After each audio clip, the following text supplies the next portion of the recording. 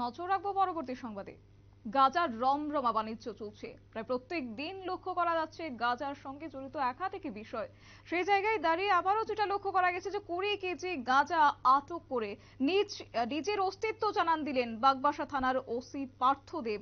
বাগবাসা পুলিশের নাকা পয়েন্টে তল্লাশি চলাকালীন সময়ে AS10C6426 নম্বরের একটি যাত্রীবাহী বাস আসলে সেটিকে দাঁড় করিয়ে তল্লাশি শুরু করে কর্তব্যরত পুলিশ। আর তল্লাশি চলাকালীন সময়ে সন্দেহজনকভাবে 4 মহিলা সহ এক যুবককে থানায় নিয়ে আসে পুলিশ।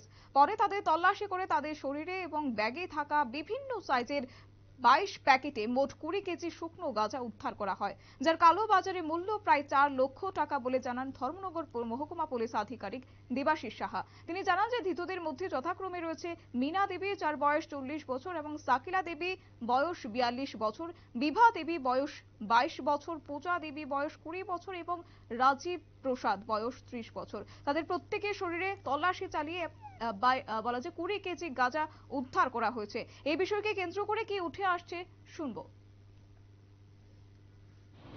আজকে সকালবেলা ওসি বাগবাসার কাছে একটা সিক্রেট ইনফরমেশন আছে যে কয়েকজন মহিলা ধর্মনগর আইএসবিটি থেকে কিছু কন্ট্রাবেন্ট নিয়ে বিহারের উদ্দেশ্যে রওনা হচ্ছে। সেই সংবাদের ভিত্তিতে ওসি বাগবাসা তার টিম নিয়ে আমাদের যে নাকা আছে, যেই নাকাতে 24/7 আমরা চেকিং করি, সেই নাকাতে একটা এএসটিসির একটা বাস আটকায়, যার নাম্বার AS10C6426।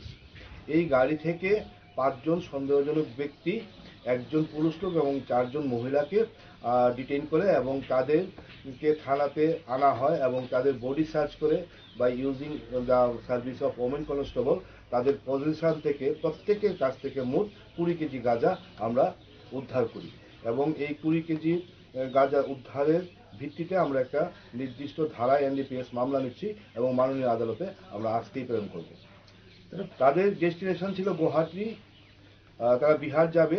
তারা আজকে সকালবেলায় একটা লোকাল ট্রেন ধরে ধর্মনগর এসেছিল এবং ধর্মনগর আইএসবিটি থেকে তারা